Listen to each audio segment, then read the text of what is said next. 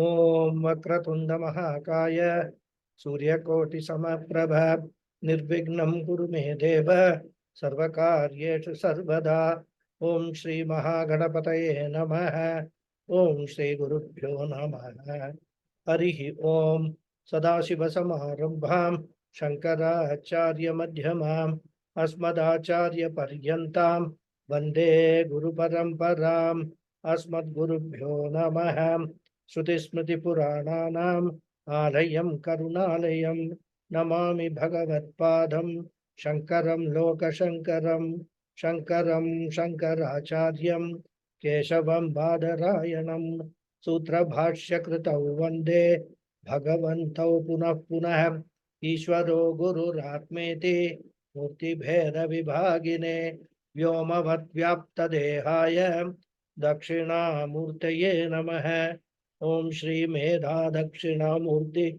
Swamine Namaha Om Sahana Bhavatu Sahana Bhunaktu Sahaviryam Karavavahai Tejasvinavadhitamastu ma Vidvishavahai Om Shanti Shanti Shanti Harihi Om Shri Gurubhyo Namaha Harihi Om Om Parthaya Pratibodhitam Bhagavata Narayanena Swayam Vyasena Gratitam Purana Munina Madhye Mahabharatam Advaitamritavarchinim Bhagavatim Ashtadashadhyayinim Ambatvam Anusandhadami Bhagavat Gite Bhavadveshinim Yam Brahma Varunendra Rudra Marutah Sunvanti Divyaistavaihi Vedai Sankapadakramopanishadaihi Gayanti Yam Samaga Dhyanavastita Dadgatena Manasam Pashyanti Yam Yoginaha Yasyantanna Vidhusura Suragana Devaya Tasmai Namaha. Namaste everyone and wish you all Namaste, Guruji. very happy and prosperous New Year, and also Wish you the same. wish you tomorrow. Thank you very much, Guruji. Hari Om. Happy Vishu. Thank you. Hari. Thank you, Guruji. Wish you the same. Happy New Year. Thanks a lot. Namaste, Guruji. Happy New Year. Thank you. Yeah, Happy New Year. Namaste, Guruji. Happy New Year. Happy New Year. Isn't New Namaste, Year Guruji. tomorrow, Guruji? Vishu is tomorrow. Ihaiva tairjita sargaha yesham samye stitham manaha nirdosham hi samam brahma tasmat brahmani te stitah. So it's the 19th verse of the 5th chapter we are seeing. The Lord Krishna has been dealing with the topic of Jnana Yoga from verse number 13 onwards. And as I said, which runs up to verse number 21. And we saw that Jnana Yoga is the process of discovering my higher self or my real nature. And this discovery has to take place in 2 stages. The first stage is, I am not the body-mind complex. I am the consciousness which is pervading the body-mind complex and which is different from the body-mind complex. Anatma vyatirikta atma swarupaha aham asmi. Kshetra vyatirikta kshetrajnaha aham asmi. This is the first stage of discovery. Then comes the second and more important stage, in which I discover the fact that I, the consciousness, who am pervading this physical body, is the same consciousness which is pervading all the other physical bodies also. Which means the bodies are many, different shapes and sizes, different hues, but the pervading consciousness is one. And that non-dual pervading consciousness I am. And when I discover my real nature, that is consciousness, and naturally when I look at you, I also know that your real nature is also consciousness, because the way I look upon myself will be the way I look upon you also. If I take myself to be the physical body, I am going to take you also as the physical body. So as I said in the last class, as I see myself, so I see the world also. And if my vision of myself has undergone a radical change, my vision of the world will also change. And that is why in the case of a jnani, he sees himself as Atma. And therefore, he sees everyone else also as Atma. You must recall the example that I gave. Example of many waves in the ocean. Imagine that the one wave is there, which is a sentient wave, capable of thinking and knowing. If the wave is going to look upon itself as a wave, then it will look upon all other waves also as perishable, mortal waves only. And imagine that the wave discovers that I am not a wave, but my essential nature is water. The waveness is only an incidental feature of mine. The incidental waveness will come and go, but essential waterness will not come and go. It will be there permanently. Therefore, I am essentially water. So if the wave discovers this fact, then the wave will look upon itself as water, and also the wave will look upon all other waves also as water only. And therefore Krishna said in the previous sloka, Vidya Vinaya Sampanne Brahmane Gavi Hastini Shuni Chaiva Shwapakecha Panditaha Samadarshinaha. I see the Atma, the essential nature in me. You must put the word see within quotes. It's not physical seeing. Here, see does not mean physically see, but see through the eyes of wisdom. And since I see the Atma, the essential nature in me, I see or look upon you also essentially as Atma with an incidental Nama Rupa. And just as I take myself to be the immortal Atma, I will look upon you also as the immortal Atma only. If I take myself as Shuddha Atma, I look upon you also as Shuddha Atma. I will address you as pure one, immortal one, beautiful one, wonderful one, ever secure one. That is how I will address you, because I see myself as Nitya Shuddha Buddha Mukta Swarupa hai. And having discovered this beautiful inner nature, a wise man will never like to come down to the perishable, incidental, superficial body nature.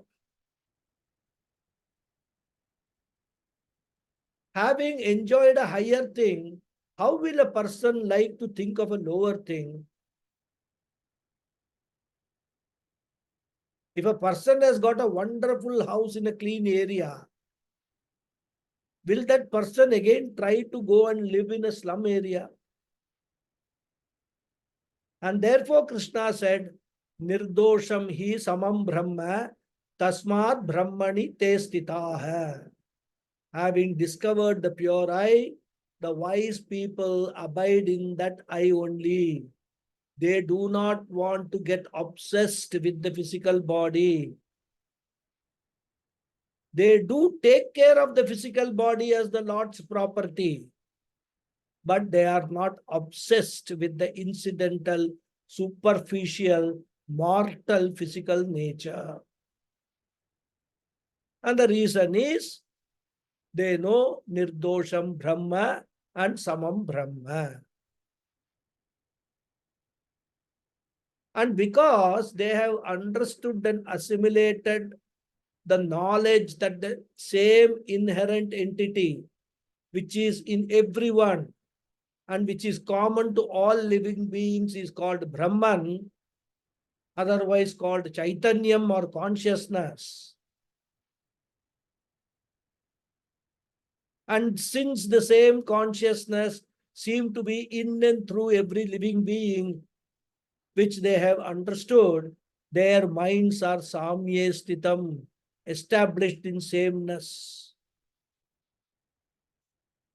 This consciousness has no location, as it is all pervasive. The wave has a location, but a water does not have a location in relation to the wave, because water is in and through all the waves.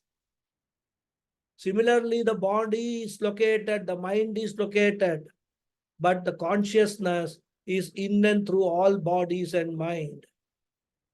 And therefore, how big it is, that consciousness, it is described, for want of any other word, as Brahma or Brahman.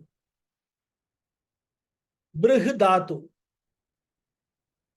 Brih means very big.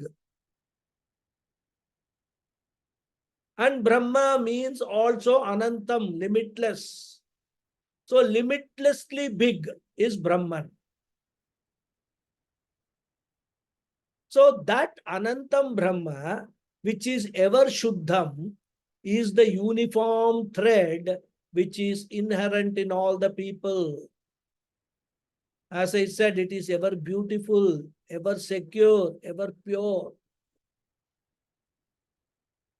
So, when you come to know such a wonderful nature of yours, why can't you claim that ever pure Brahman as yourself?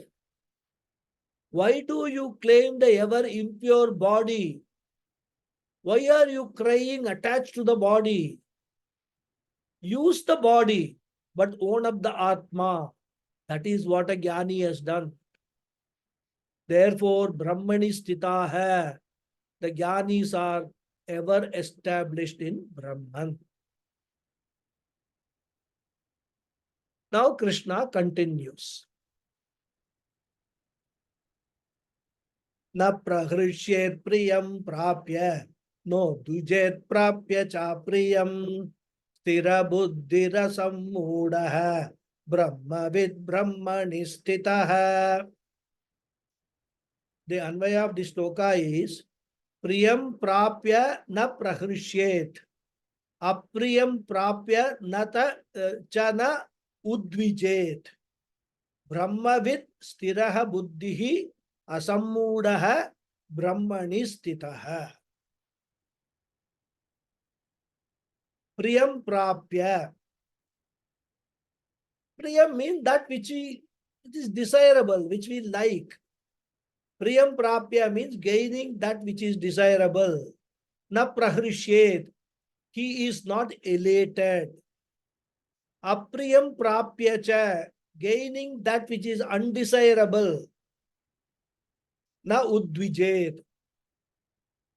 He is not agitated. He is not depressed. Brahmavid, a knower of Brahman. Sthira buddhihi. Established firmly in knowledge. Asammudaha. Free from delusion. Brahmani sthitaha. Is established in Brahman. So gaining that which is desirable, he is not elated. And gaining that which is undesirable, unpleasant, he is not depressed. A knower of Brahman is firm in knowledge, free from delusion, and is established in Brahman. So a jnani, even after gaining the knowledge, will have to live in the same world. Because according to Vedanta, mukti is here and now. Moksha is not something attained after death. Since mukti is here and now, a Jivan Mukta continues to live in the same world. And the Jivan Mukta's life is governed by the same laws which govern the life of an ignorant person also. Be it the cosmic laws, law of karma, any law, all laws apply to a jnani, Jivan Mukta jnani also. I hope you all know who is a Jivan Mukta, who is liberated while living itself. Because you see, our lives are governed by mainly three factors. Desha, Kala, Prarabdha. These are the three forces which govern our life. The first is the place influences our life, the surrounding, the environment, the people, etc. That is Desha. Because whether I like it or not, I have to face the onslaught of the world. I cannot escape that. And the second thing I cannot escape is Kala. Whether I like it or not, time is flowing. Every moment, tick, tick, tick, tick, goes on. And as even the time is flowing, this body is aging. Same with me, same with the jnani, same with everything. Shankaracharya says beautifully in Bhajagovindam, Dinaya minyau sayam pratah shishira vasantau punarayatah kala kridati gachatyayu yayuhu tadapi na munchatyasha ashavayuhu tadapi na munchat ashavayuhu munchati ashavayu tadapi na munchati ashavayu. So day by day, morning and evening, through all season, Shishira, Vasanta, Punarayata, keep on coming in cycles. Kala Kridati, time is playing with us. Gachati Ayuhu, the age is going on. I mean, it is increasing. When you see all these things, Tadapina Munchati Ashavayu. The desire does not leave one person despite all these things. Everybody thinks they are going to live permanently in this world with the same body, mind, sense, consciousness. So whether I like it or not, Kala would have its say on the body. There will be wrinkles. You will suddenly discover that you have got so many joints in the body, which you never noticed before. When you sit down and get up, you suddenly discover that there are knee joints, which are there, which are not cooperating for you to get up. Look at yourself in a mirror. Your hair has gone either gray or it has gone. There is no hair. Therefore, whether you like it or not, these are all what? Kala kridati gacchati ayuhu. So time has got its onslaught and also. So kala hai, desha hai, kala hai. And the third factor, which varies from individual to individual, is prarabdha. Even though desha kala are the same, if you take two people living in the same city, desha is the same, or in the same house, both are 60 years old, age is also same, but you find that one person at the age of 60 is agile, active, still able to put in a lot of physical work, but another person at the age of 60 is like a 100-year-old person. He cannot sit and get up without help.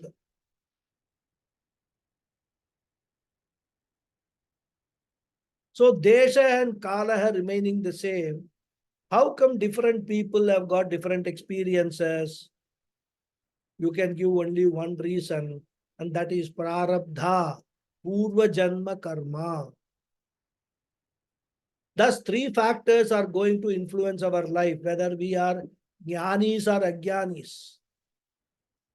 And therefore, Krishna says, a jnani's life is also governed by desha kala prarabdha. Therefore, even he will have to go through ups and downs in life caused by desha kala prarabdha, which means he will also experience a favorable, unfavorable situations.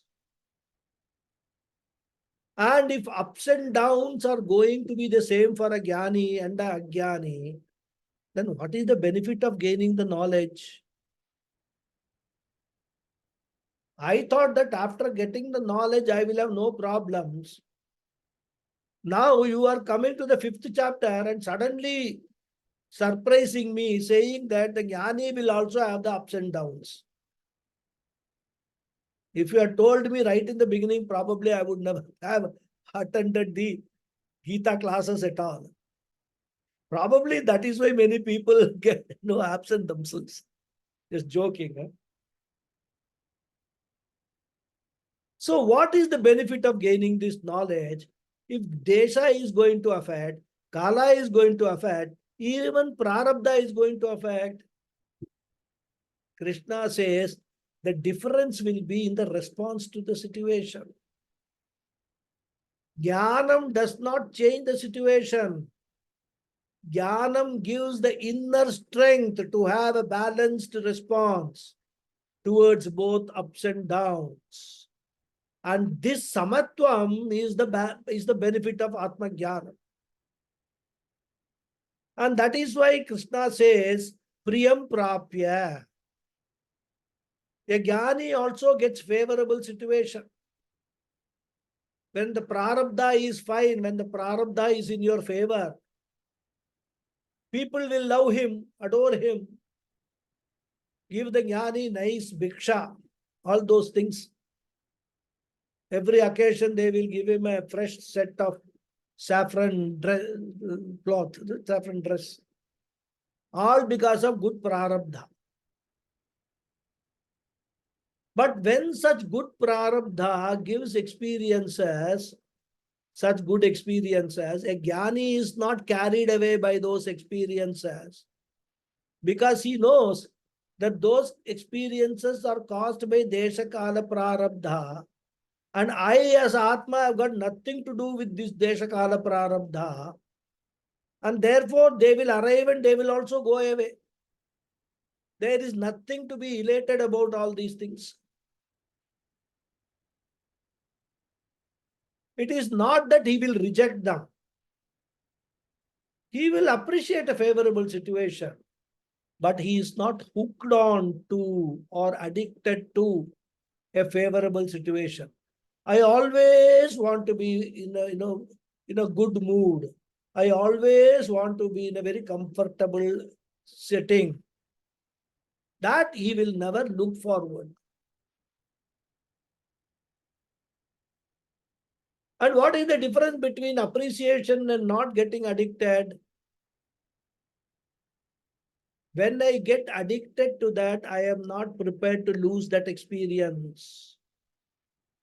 And when that experience is lost, I go through a tremendous vacuum, tremendous stress. A jnani is one who appreciates a favorable situation. And when that situation goes away, it does not create any vacuum or stress or strain or depression in him. As we saw in the second chapter, Apuryamana machala pratishtam samudramapa pravishanti yadvat tadvat kamayam pravishanti sarve sa shanti mapnoti na kama kami. Beautiful example Krishna gave. The ocean is ever full during summer. Water may get evaporated, and during rainy season, rivers may pour water into the ocean also. So whether the water is taken away by evaporation or added due to rain, ocean continues to be what? Purnamada Purnamidam. So that inner fullness continues, and therefore Krishna says, Na prahrishyet, means he does not get elated. He does not get carried away by favorable situation. He does not go around jumping in joy. And extending the same idea, Krishna says, Apriyam prapya na udvije. Since he does not lose his balance during favorable situations, when unfavorable situation comes, he has got the same balance. He does not go into a depression or he does not get agitated. And the best example for this we find in Ramayana, in the character of Rama. One day the news comes that Rama is going to be anointed the king and succeed Dasharatha to the throne. He was to become the Ayodhyapati, an emperor. Rama heard the news and welcomed it. Very good. He was not carried away by that. He did not go around the town saying, I am going to be the prime, I am going to be the next king.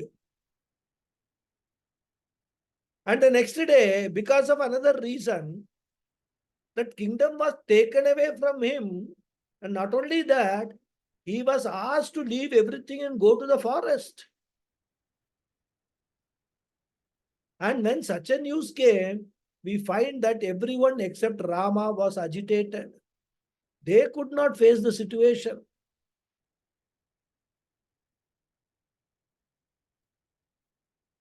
Sage Valmiki very beautifully expresses this situation, Rama's mind. He says, Na chitta vikriyaha. He did not get, his mind did not change. He did not have any agitation in the mind. That is the samatva buddhi. As the story goes, Lakshmana became wild with anger. He said, I will finish that old man who has asked you to go to the forest, referring to Dasharatha, forgetting that he was his father.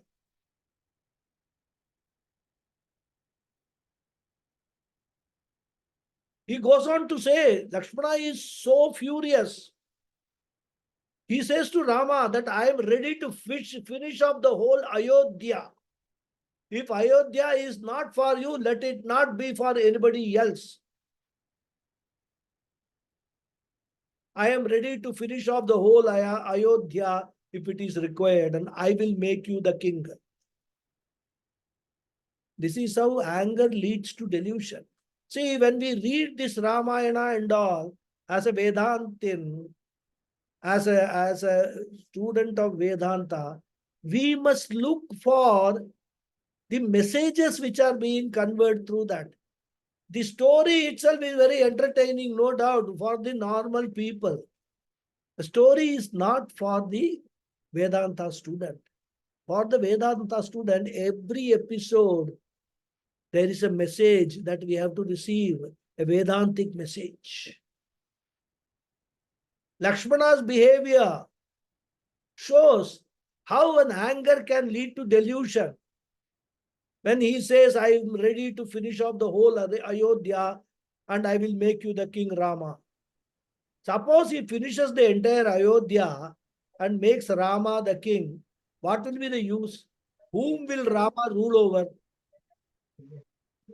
Lakshmana did not think of that. Anger.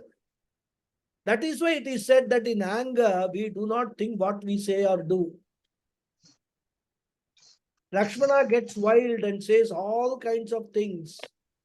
Decency, language, etc. are thrown to the wind. Valmiki presents this contrast very beautifully in Ramayana.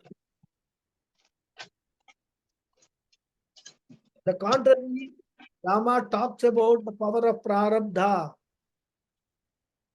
He defines prarabdha as any choiceless situation. And once you have understood it is choiceless, instead of putting forth effort to change that situation and wasting your time and effort, start putting effort to change your attitude towards the situation. Either way, effort is required. If the situation can be changed, effort is required to change the situation. If the situation cannot be changed, then also effort is required to coax the mind, to pacify the mind, to face the situation. Getting upset, dejected, getting angry cannot improve the situation. Thus, Jnanam gives the inner strength to face the situation, and therefore, apriyam prapya na udvije. He is not depressed also. Mr.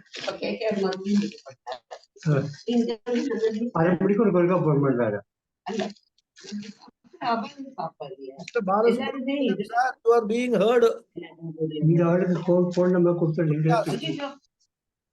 Ashok Chandra Nanda deal पड़ देना का क्या क्या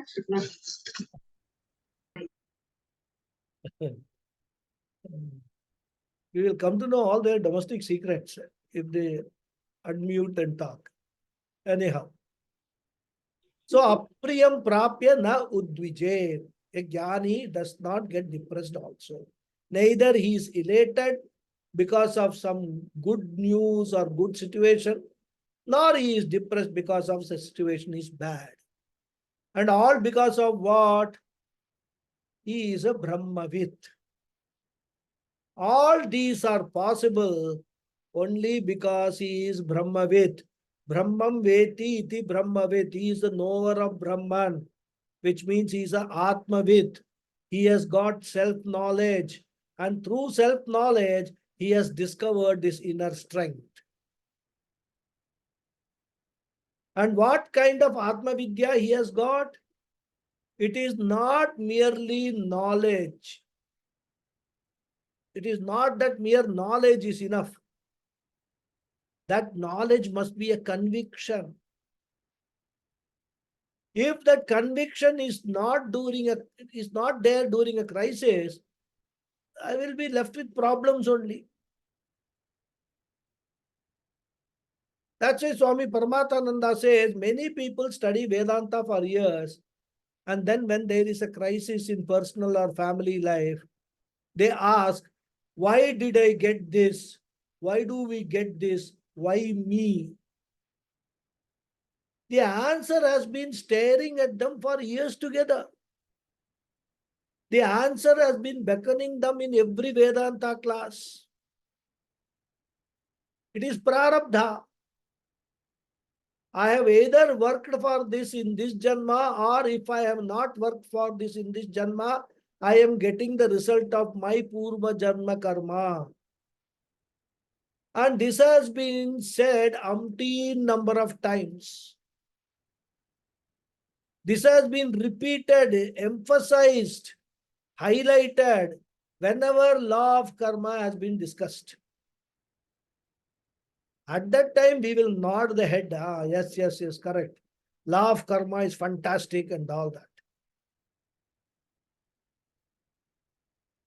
But when we are faced with a situation, why me? Why is this happening to me? God is very unfair. God is partial. Somebody who is corrupt, he is living like a king. An honest person like me, I have to go around and struggle in my life. We must remember, law of karma creates a level playing field for all.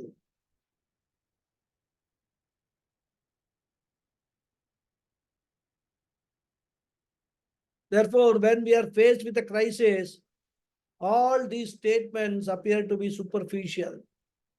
Why me is the question. If the law of karma is assimilated, I will never ask the question, why me?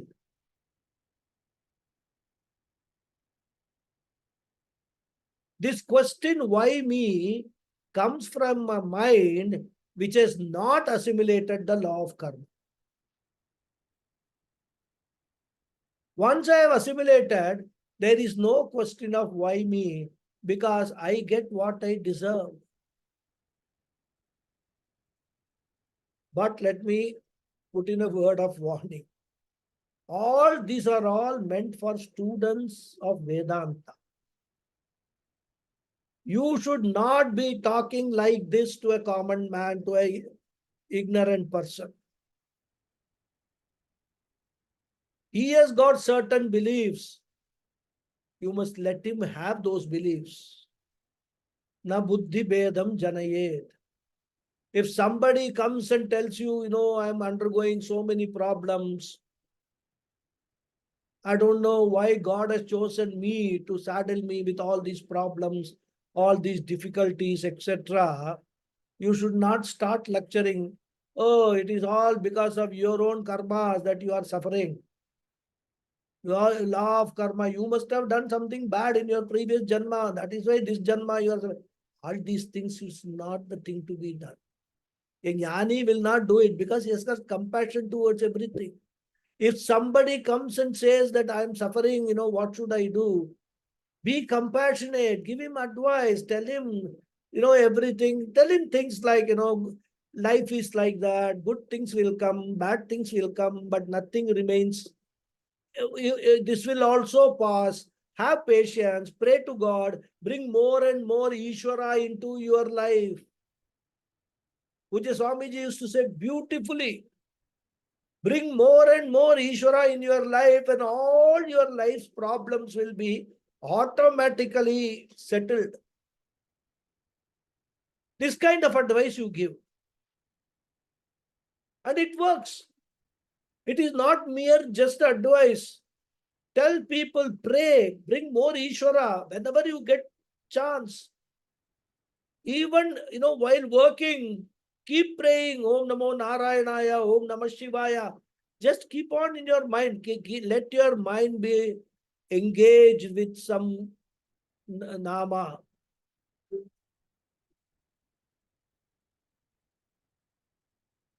It works. When you are doing this, what you are doing is you are pleasing the cosmic powers. And it is the very same cosmic powers which are creating hurdles in your life. And when you please the cosmic powers, they become compassionate and they will slowly remove those hurdles. So therefore, let me work to face it in one or two ways. What are the two ways? If it is a choiceful situation, I try to change it. If it is a choiceless situation, I strengthen my mind to face it. And therefore, mere knowledge is not enough to face the crisis. It should become a conviction. Self-knowledge should be a conviction. Law of karma should be a conviction. And therefore, Krishna says, Sthira buddhihi. This wise person has got conviction. Here, buddhihi does not mean intellect. Here, buddhihi means knowledge. In this context, buddhihi means jnanam. Sthira means firm, steady. And this firm knowledge means doubtless knowledge. Samshayam rahita jnanam. Which means I should ask myself, am I convinced of the fact that I am the consciousness different from the body? You need not convince other people. You need not even declare to other people. But at regular intervals, you have to ask to your inner consciousness, am I convinced of the fact that I am consciousness different from the body? If I am not convinced, what to do? Keep studying until convinced. If I am not convinced in this Janma, what to do? Continue the study in the next birth. Nowhere it is said that Vedanta is a 3-year course or a 5-year course or a 15-year course. You have to finish it, get a degree and go. No. You have to keep on studying even if it is in installments till conviction is reached, because conviction is a must. I should be convinced of the law of karma, that nothing happens by chance. Nothing happens by accident. Everything happens perfectly according to the law. Every experience I go through is perfectly according to the law. And if it appears to be injustice, it is only because I do not have a total picture of my life.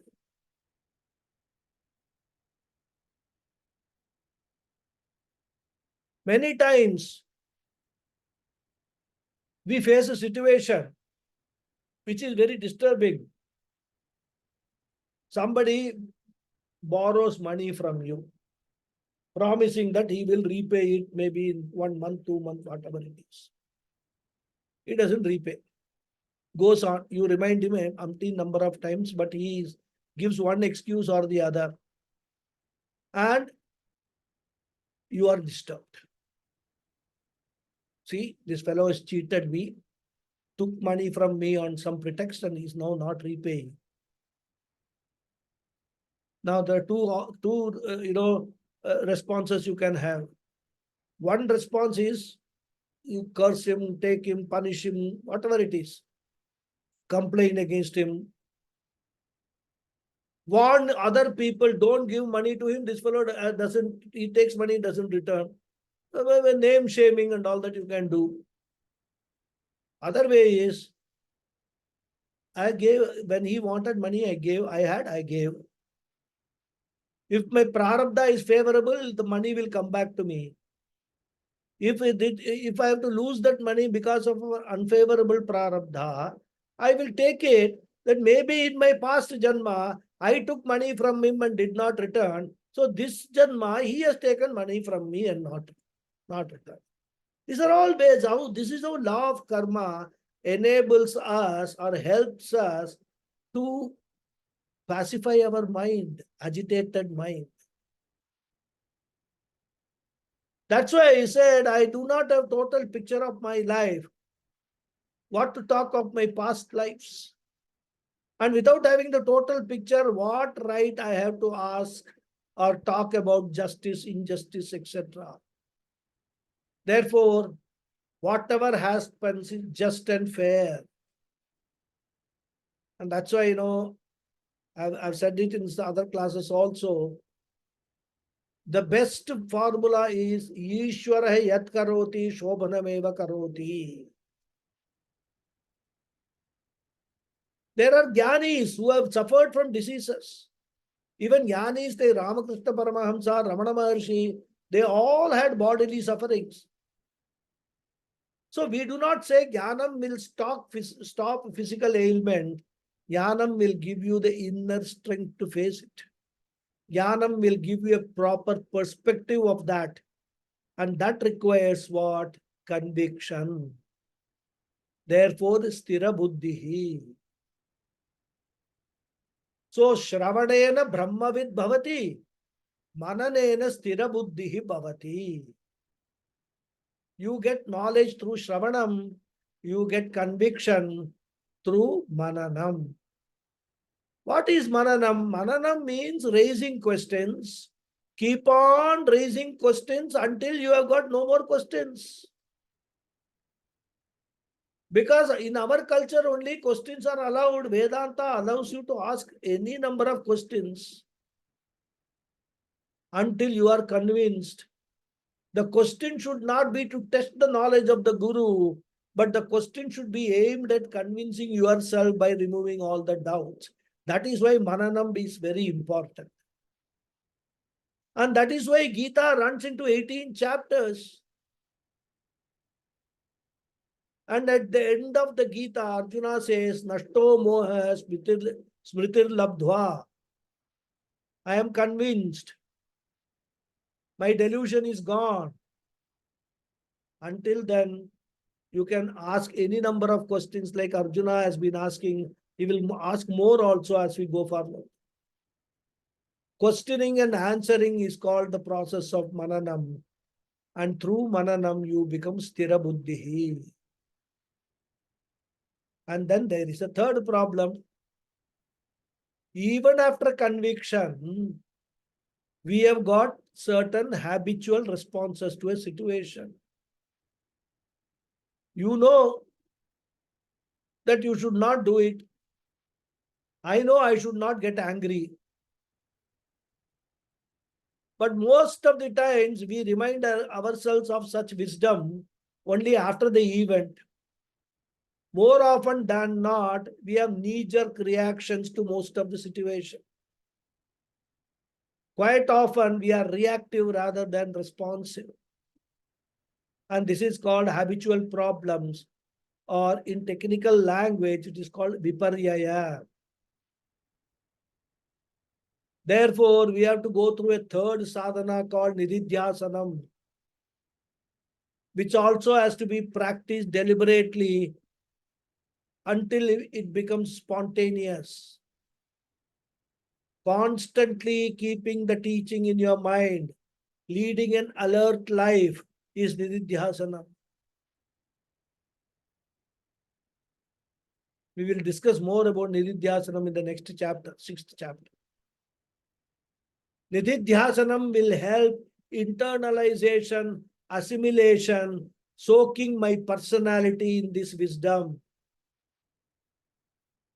That means even when I lead a mechanical life, it should be in keeping with the teaching. It should become spontaneous. And such a person here is called asammudaha. See how Krishna beautifully covered the entire Vedanta process in one shloka. Asammudaha means viparita bhavana rahitaha. So in this shloka, 3 stages are talked about. Brahmavit sthirabuddhihi asammudaha. Through Shravanam, he becomes Brahmavit. Through Mananam, he becomes sthirabuddhihi. Through Nididhyasanam, he becomes asammudaha. Through Shravanam, he gets knowledge.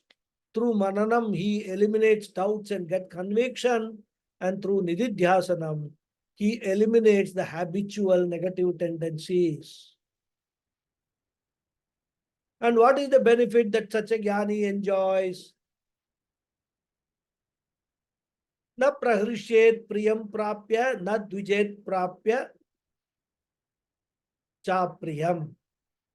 Ups and downs in life are incapable of shaking him. And such a person is Brahmani sthitaha. He is called Jivan Muktaha, Brahmanishtaha. He is the Sthita Prajna of the 2nd chapter.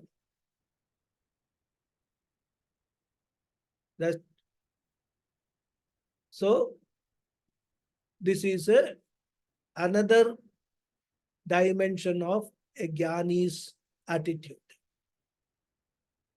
Krishna continues. Bahyasparsheshva saktatma vindatyatmani yat sukham sa brahma yoga yuktatma sukhamakshayam ashnute. Asakta atma bahyasparsheshu vindati. giving you the Anvaya. Sukham yat atmani saha brahma yoga yuktatma ashnute akshayam sukham.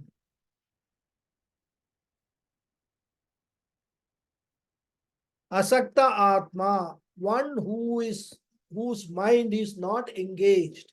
Asakta. Bahya sparsheshu, in the external objects. Vindati, attains. Sukham, that ananda, happiness. Yat atmani, which is in the atma. Saha brahma yoga yuktatma, he whose mind is engaged in the meditation of Brahman. Ashnute, attains. Akshayam sukham, lasting ananda. One whose mind is not engaged in external objects attains that ananda which is in Atma.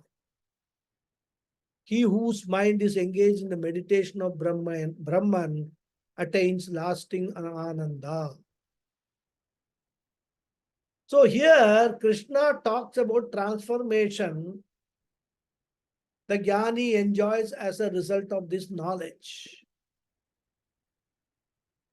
In fact, all these three slokas, that is sloka 18, 19, 20, they're all talking about transformation caused by knowledge only. First he said, Sarvatra Samadarshanam. So Samadarshanam is one transformation. Then conquering mortality or fear of death is the second benefit. Because fear of death is the basic innate instinctive fear. Therefore, conquering the fear of death is the second transformation. Then the third transformation he gave in the 20th verse, that the Jnani has got the right perspective in facing ups and downs in life. He is prepared for that. That is the third transformation. Like a man who wants to climb Everest, right? He should be prepared for different conditions of weather, altitudes, consequent changes, all that he must be prepared. Similarly, he has to acclimatize himself. A Jnani has to acclimatize himself for the life's ups and downs. In fact, this is the first job we should have done before starting the life. Unfortunately, of course, almost all of us have missed that. It is like, suppose I want to play football and I go for coaching. And amongst varieties of training, there is one particular important training that is given in football coaching. You know what is that? How to fall on the ground without getting hurt. Because while playing, while running very fast along with the ball or in chasing the ball, one could trip and fall and get severely hurt. The speed is so much.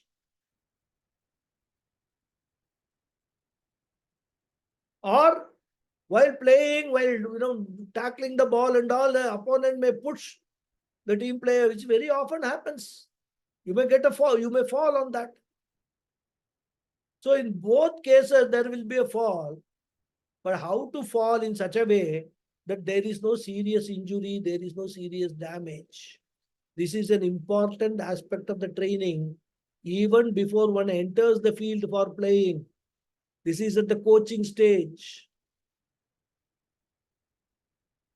And that's why sometimes we see, these football players, they fall down, very bad fall. But they get up, maybe, limp once or twice, little bit, start walking, and then they are again running, going after the ball as if nothing has happened. Similarly, the whole life is like a game beset with countless psychological falls. Here we are not talking about the physical, but psychologically we have to fall, face several falls. And we never pay attention to preparing ourselves for such psychological falls or emotional falls. And we suffer, we cry, we wail. And Vedanta or Jnanam is the only coaching. So that when tragedies come, I do fall.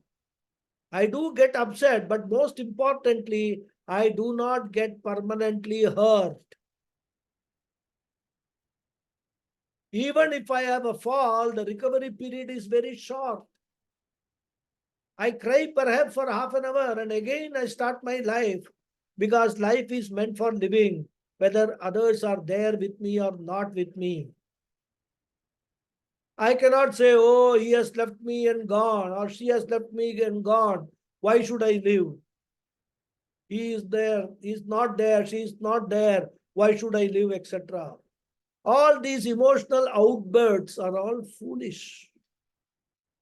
I am born to make my life. I have to exhaust my prarabdha. I have to live if people are there or not.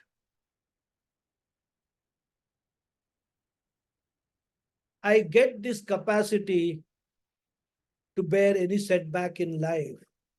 And this inner flexibility is another transformation mentioned in the 20th verse.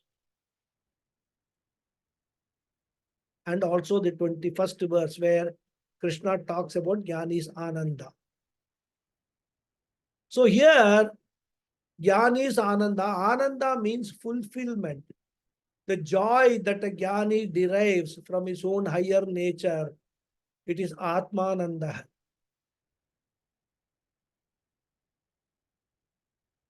Jnani has learned to tap the Atmananda. Swami Paramatmanandaji in his talks gives a nice example. It seems in Ramakrishna Mission Ashrama, I don't know where it was, maybe not Calcutta, somewhere. They faced severe water problem, and therefore they had to talk to the government, and the government put a long pipeline connecting some river or some canal. Lakhs of rupees were spent, but somehow they were getting some water. But when you get water through a long pipeline, you know what happens. There is always a risk of pilferage. Some villagers are, on the pipeline route.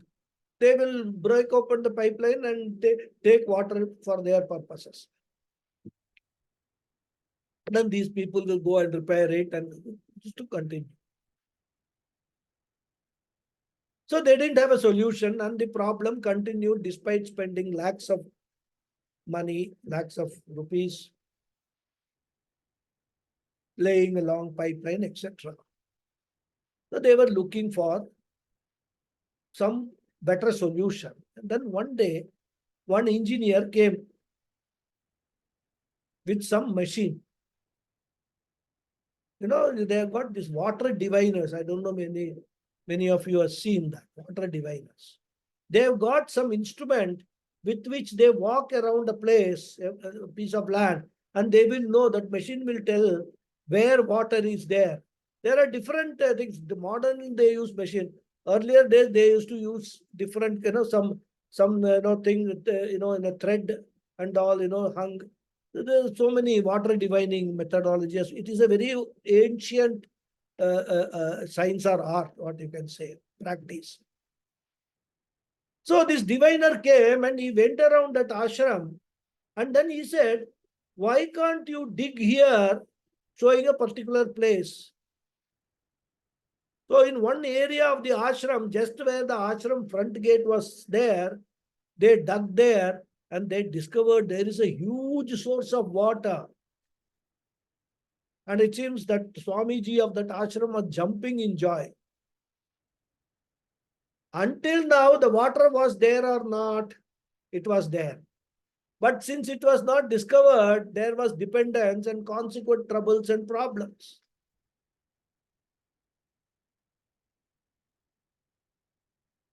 Even if they get the water, it is a bonus. Many of you must have got a borewell water, When there is some corporation problem, these people with their own good borewell, They all become water sthita prajnas. Similarly, Ananda waters also we can get through our own Atma, borewell dug in our Atma. We do have a source, and that infinite source is our own Swarupam. Ananda Atma Brahma Pucham Pratishta Anandam Brahmano Vidwan Na Bibheti Kutaschan Hete. Taittiriya Upanishad. So a jnani is one who has learned to tap his own purnatvam fulfillment, whereas all the ajnanis are those who are depending upon all the miserable external sources for their happiness. Which source can dry up at any time? And not only that, other people can even blackmail me.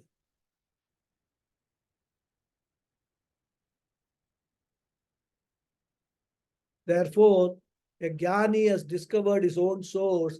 He has no dependence on others for his happiness or joy. And that is why Krishna says that in this sloka, he talks about jnani's ananda. We'll continue in the next class. Om Purnamada Purnamidam Purnat Purnamudachyate Purnasya Purnamadhaya Purnameva Vasishyate Om Shanti Shanti Shanti Harihi Om Shri Gurubhyo Namaha Harihi Om. Thank you all very much. Thank you, Guruji. So, Thank you, Guruji. Thank you, Hari Guruji. Om. see you. Hari Om, Guruji. Thank you, Guruji. Namaskaram. Happy Vishu to everyone. Same to you. Thank you, Guruji. Hari Dhanyawada, Om. Guruji. Dhanyawad. Thank you, Dhanyawada, Guruji. Guruji. Hari Om. Thank you, Guruji. Thank you. Thank you very much, Thanks to all. Guruji. Namaskaram. Karam. Thank you. Thank you. Thank you very much, Guruji. Pranam. Thank you for the beautiful explanation. Thank you very much. Pranam. Yes, Girish ji, what is your question? Hari Om. Yeah, actually, we started off our class by telling that mukti or moksha is here and now. And one of the definitions for moksha or mukti is put an end to the cycle of birth and death. So, how do we understand that? Well, that will be a topic which we'll be discussing in future. Fine. Basically, what the Shastras say that the problem of the cycle of births and deaths comes because of law of karma. Correct. Now, law of karma attaches to the body-mind complex or to the Atma? All Body. actions are done at the body-mind complex level, correct? Correct. So the results of the action also accrue at the body-mind complex level. Atma is akarta. It doesn't engage in any action. It is only blessing that action by the body-mind-sense complex. And witnessing. And Witness it. Correct. Sakshi. What happens is, the Shastra says that whatever punya papa is there, they are all attached to the body-mind-sense complex. And if there is unexhausted punya papa, then in order to exhaust them, the body-mind has to take another body after death. It could be any type of body, animal body, plant body, human body, or any type of body, but the body has to come based upon the punya papa, accumulated punya papa. Now, once you have actually disassociated yourself with the body, mind, sense complex, what happens? Oh, okay. You are disassociated with the entire law of karma. So, when you have done that, the Shastra says that all the past karmas, that is Sanchita karmas, and Agami karmas, which is the karmas that is going to do here, that is the Punya Papas earned in this birth, all those karmas are burnt, as though burnt. They become effectless. You are left with only prarabdha karma, which has already started right from the birth of this body. Correct? Correct. Correct. So at the end of this prarabdha karma, that this body also will be finished. There is no karma left for another body to take. And that is why they say, because when you become a jnani, a mukta, there is no rebirth. Oh, okay. Because there is Okay. karma left to give you rebirth. Okay. That Correct. is the way we have to understand. Wow, it is not some magic. It's a very logical thing. Very logical thing. So all that karmas get burnt away. Okay. Because this Jivatma who was taking himself to a Jivatma has discovered that he is not a Jivatma, I am a Paramatma. The Jivatmatvam itself is a Mithya. It was only an appearance. All this body, mind, sense complex is only an appearance. Law of karma is only an appearance. So when you reach that higher level, Okay. awakening, when you spiritually become awake, what happens? Like say a dream, from a dream when we come to a wakership, we find that everything in the dream was mithya. They were all appearances. They had no reality on the dream. Correct? Correct. Similarly, when we have the spiritual awakening, we will then discover that this entire thing, law of karma, punya, papa, everything is mithya. There is only one reality, which is me. Consciousness. So that understanding, when it comes, then all this punarjanma, everything gets. Agree. Correct. Okay. And which is already there. We are all that only. Only thing is that uncovering is required. It's being covered. Exactly. That is understanding of that is required. Just like, I mean, the best example Shastra gives is waking up from a dream. That's all. Correct. When in a dream, we feel everything that is happening in the dream is real. Right? But when we wake up, we discover that the whole dream was nothing but something created by me only. So all this law of karma, everything other than consciousness, nothing else is real. Everything appears to exist because the existence is lent by consciousness only. So that is the highest knowledge. When you reach that knowledge, that is what is called Jivan Mukti. I am not this body, mind complex. No? The Nirvana Shatkam, when you see, na buddhi, na hankaram, I am not this, I am not that, like that. Ananda Rupa Shivoham, that is. I have no prarabdha karma, nothing karma is there. I am akarta, so how can karma come to me? So I am eternal. I don't have a death, I don't have a birth. I have been there since beginningless times, and I will be there eternally because I am consciousness. Consciousness is going to be there. So that is how we have to understand that. But it will all be unfolded. All this I have given you in a nutshell. We'll all get it all get unfolded in the future chapters. Krishna will do all these things. Yeah. Okay. Thank you. Thank you. Any more questions? Yes, Vijay ji, Sureka ji, very good. Sir, I mean, Guruji, actually, Naiva Kinchit Karomi iti, I mean, Asnan Gachan, all that, while everything is happening, Indriyani Indriyartyeshu Vartanta iti Darayan. Isn't it the right outlook, Guruji? Yeah, that is how we have to start, distancing ourselves from the actions, distancing ourselves from our identity with this body mind complex. That's the root. How to reach that stage of totally disassociating that these are, we have got these Jnanendriyas and Karmendriyas. They are doing their action. I have nothing to do. I am only witness of what is happening. Problem comes is when we start with when the ego is triggered. I am the doer, I am the enjoyer, I am this, I am that. Up to I am, it is okay. But when you add other adjectives to that, it becomes a problem. Then you can suffer the consequences of all that is. So that is how the whole process works. Jnanam is nothing but all these things only. Understanding that, when I say I'm not body-mind complex, but body-mind complex are still doing a lot of work. Yeah, they are doing work. That's fine. They are engaging. They are doing whatever they are supposed to do. I am only a witness. I am only blessing their work. I am not them.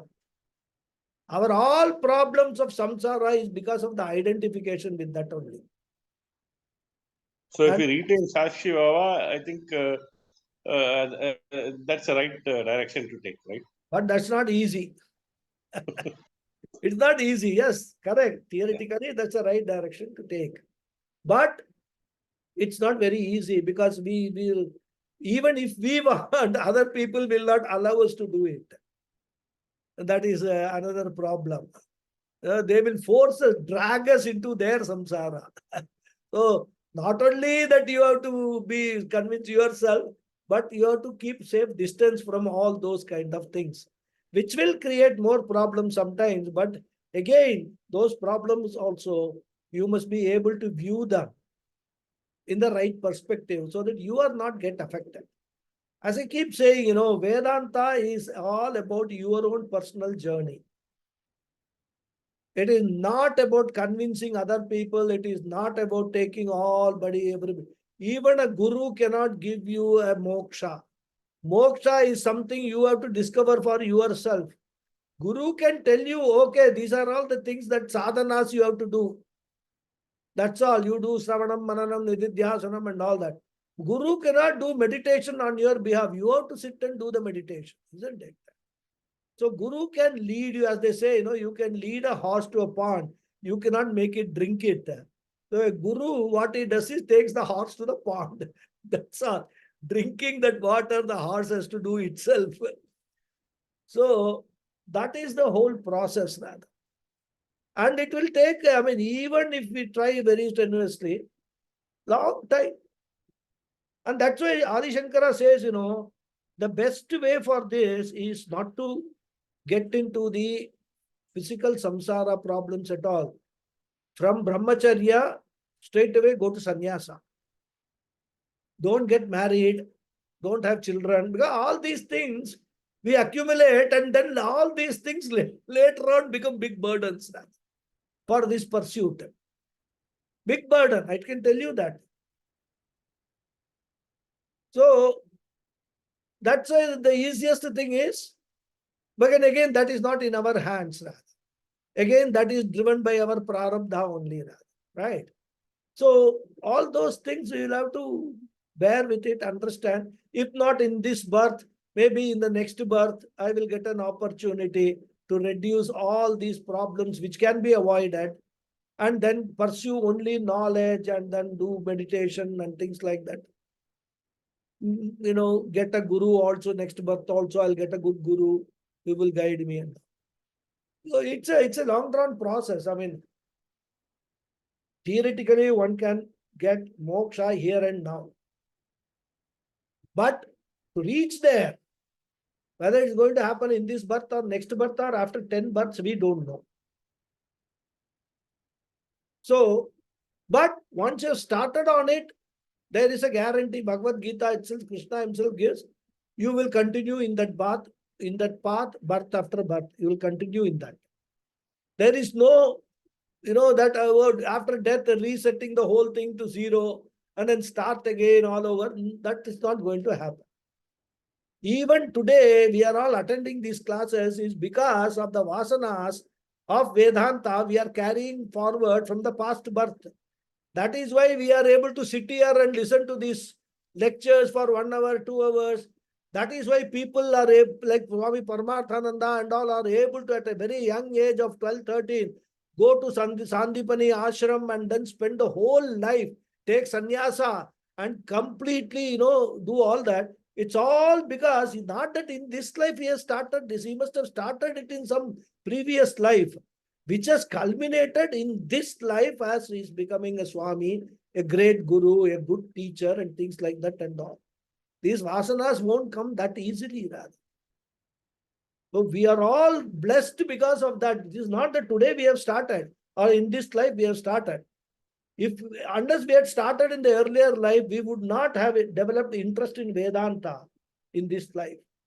Because if you look around you, how many thousands of people are there known in your own family? Just look at how many people are there, your relatives and things like that. How many are interested in Vedanta? You sit with them for 5 minutes, talk about Vedanta, you just say how many are able to sit with you and talk Vedanta for more than 5 minutes. They will just They run away, you have Guruji. become mad. That's what they will say. So we have to understand all these things, and consider that as a blessing for us. Because that is the ultimate. Shastra is very clear. Ultimate end of everybody is moksha only. Everybody has to reach that, right? Question is, if you know the secret how to do it fast, you will do it fast. That's all. And by learning all Savanam, Mananam, Nididhyasanam and all. So this is the overall thing. We have to have a total picture of all these things. Thank you, Guruji. Very Yes, nice. Thank you. What's your question? Thank you. Namaste, Namaskaram, Guruji. Guruji. Rasulika please go ahead. I'll put my question Oh, next. my apologies, Ramuji. Would you like to go ahead? No, it's okay. It's okay. Please go ahead. Thank you. Oh, sorry. Thank you. Namaste, Guruji. My question was your earlier comment to Girish Menonji about the part and the whole. So if we try to identify ourselves as the whole, as consciousness, as the Atma, then we no longer, we disidentify ourselves with the part, while at the same time conducting our transactions throughout the world as a part, as our body, mind, sense complex. So the idea of identifying ourselves with the whole as consciousness, that process you had mentioned, it takes a very, very long time. And it is really, in some ways, my question is about the ego then, is reducing or lowering that ego to think that we are just the part, that we are the doer, that we are fully only this body, mind, sense complex. Am I correct in that understanding? Yeah, that's a process. I mean, you have to go step by step by step. As I was explaining in the last class, I think to Lataji, we already have got that capability to consider the samatva buddhi. Considering everything as the same, everybody as the same. Make this non-different. I gave the example of all human beings, whether he is black or white or all. We consider all human beings are human beings. So to that extent, we have got a common sameness of approach towards all human beings, correct? Now that is now approach that is to the extent that too, but this is at the body, mind, sense complex level, correct? And many of the cultural issues are involved in coming to that kind of having that kind of an attitude, correct? And not all of us have that attitude. There are people who still differentiate between different castes and different, colors, racism, all those things are there. But from our perspective, we have reached a stage where all human beings, we try to consider them as like what he said, like what in Viveka Chudamani Shankaracharya says, or even here he said, this, what is that term? Vidya Vinaya Sampanne Brahmane Gavi Hastini, right? The 2 slokas before we saw that. So Jnani's point perspective, everything, right? Whether he's the most intellectual, accomplished guy, or even if he's a eater, a lowly guy, who's uncultured person, he sees everybody as the same. So from our point of view, at least one step we are there. Now that has to be extended and expanded, right? And the only way is you have to find a common factor. Now, if you look at the part that you're talking about, body, mind, sense complex, we will find that hardly anything is common at a specific level. For example, you may say, okay, I've got two hands, you've got two hands, but my hands are long, your hands are short, right? Or I've got a nose, you've got a nose, but my nose is blunt, your nose is sharp. So differences, you can easily start talking about differences. You cannot talk always about sameness, right? So what you have to do, the whole quest or the whole approach is, what is common? And that's what we are dealing with in our other class also, Viveka Chudamani class. Differences will be there at the body, mind, sense, complex level. But you have to rise above that and then look at the Mahavakyams like Tattvamasi, Aham Brahmasmi and all. How to understand them is what I am explaining in the other class, isn't it? How to interpret Mahavakyam to understand oneness of everything. So that stage has to come. And as I said, it has to come stage by stage, step by step only. Overnight, it will not happen. Thank you, Guruji. And on that as well, have in your observations or in your in the Shastras, is there sometimes a stepping back or 2 steps forward, 3 steps back? Does that happen as well, where the body, mind, sense complex does sometimes waver and forgets that fact of the oneness, and then we have to reiterate or reestablish where the sameness is? I think it's See, stepping back, Shastra doesn't talk about stepping back. Shastra only talks about the 2 things, samshaya and viparyaya. Doubt about this knowledge and habitual past, behavior. So this habitual behavior is what triggers the stepping back. On the one hand, you are not fully convinced. You are in the process of mananam and trying to get conviction. On the other hand, you are facing life situations and you are going back to your habits, what you are used to do. So that period of that will naturally happen, rather. That up and down going, forward, coming back will happen, rather. So you have to go, that process one has to go through, that pain one has to go through. Until once mananam part becomes complete, conviction happens, then this habitual thing is a lesser issue which can be tackled with nididhyasana. It will still be there. Even though you are convinced, others do not know about it. So that problem will be there. Somebody will come and do something to you which will immediately trigger some anger in you, which is what you have been doing all along. But now what will happen? The moment the anger is triggered, you will be aware of the anger. Earlier, you were not aware of the anger. Now you will be aware, oh, I should not be angry, right? I must immediately, cool down.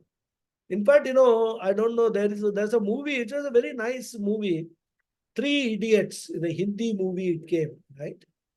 So there is that character, this Amir Khan character, he will tell himself, whenever mind is agitated, calm down.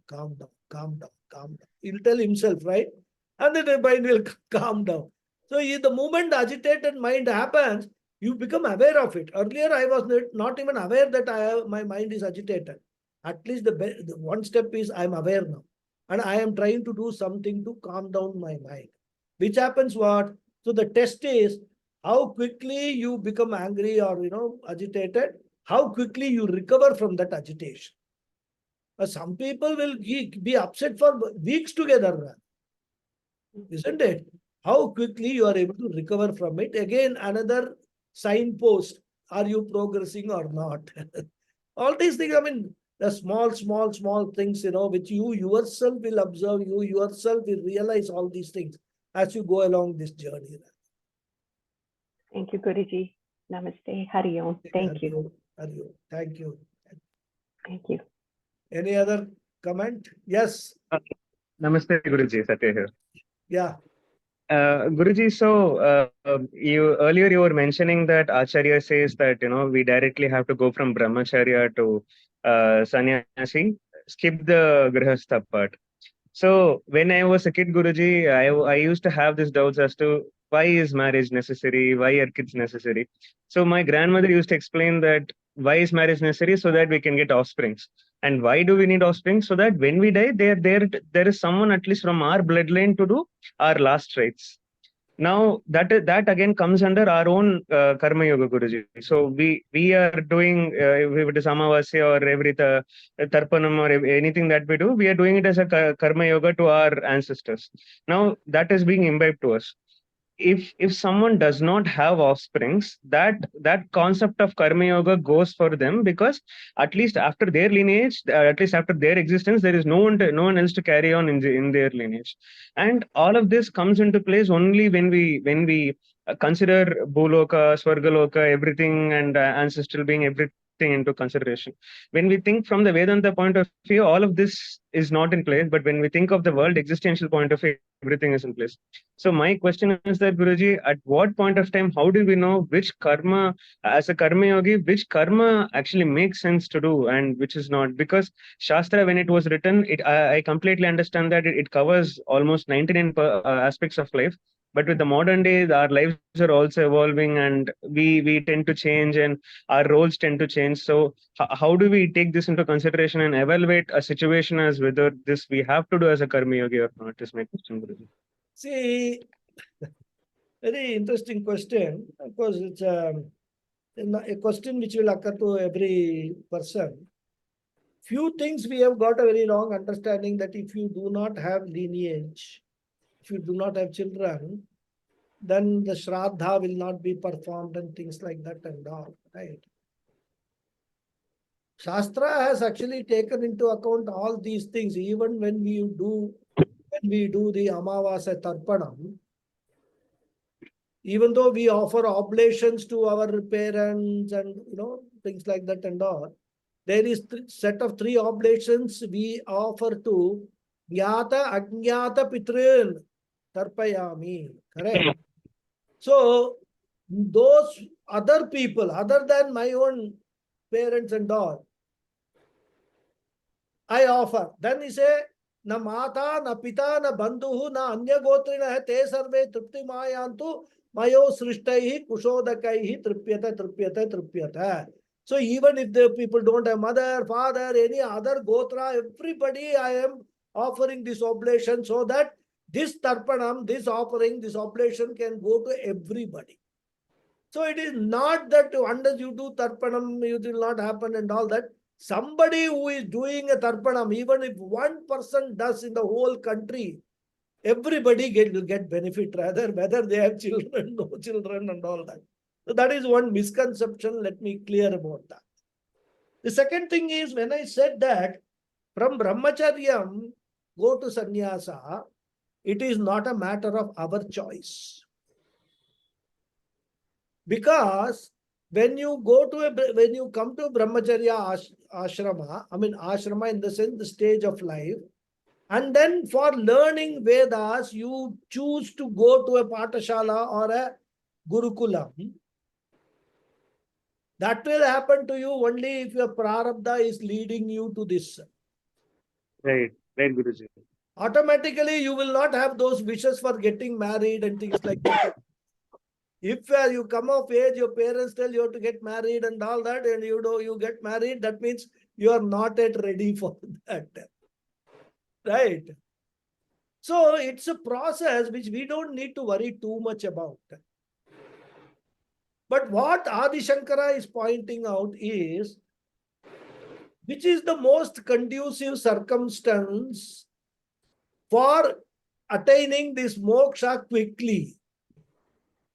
He says that even though Veda Purva Bhaga says you have to go through this, Grihastha, Brahmacharyam, Grihastham and all that, where if everybody becomes a sannyasi, who will feed them?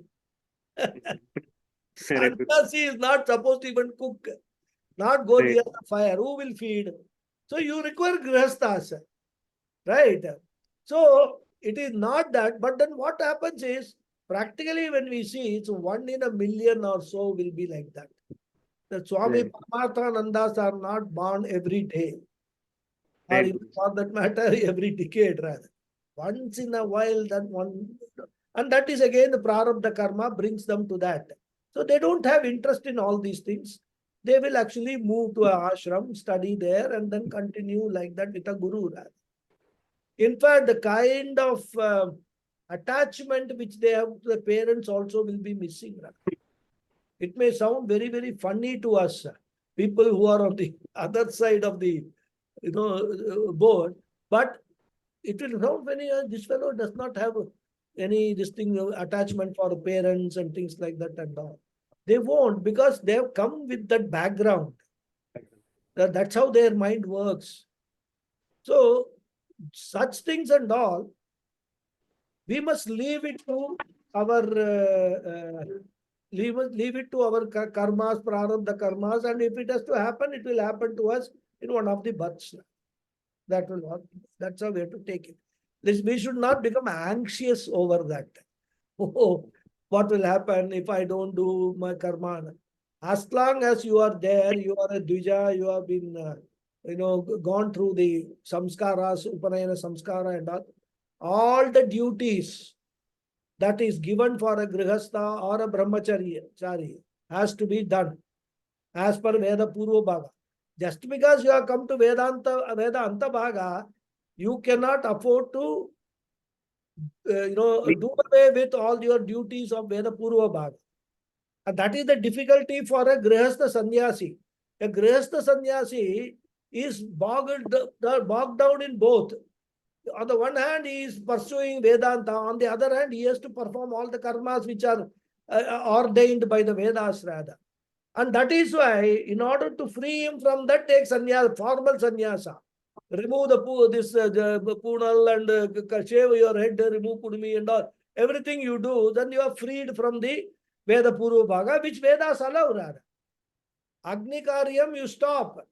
So that Vedas allow, but do the process. There is a homam and all, and then you say Tata to Agni. Then no more Agni Karyam for me.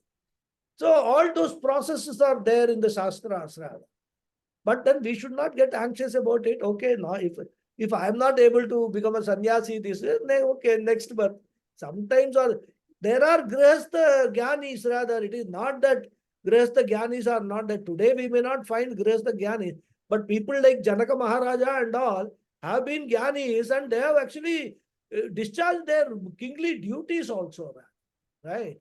So that is why it is not something which Shastra does not say, no, you have to become a sannyasi. What Adi Shankara points out is more convenient, more easy if you become a sannyasi. Not that you have to become a sannyasi. And in today's life, what sannyasi which Adi Shankara talks about, such sannyasi don't exist at all, very rare, right?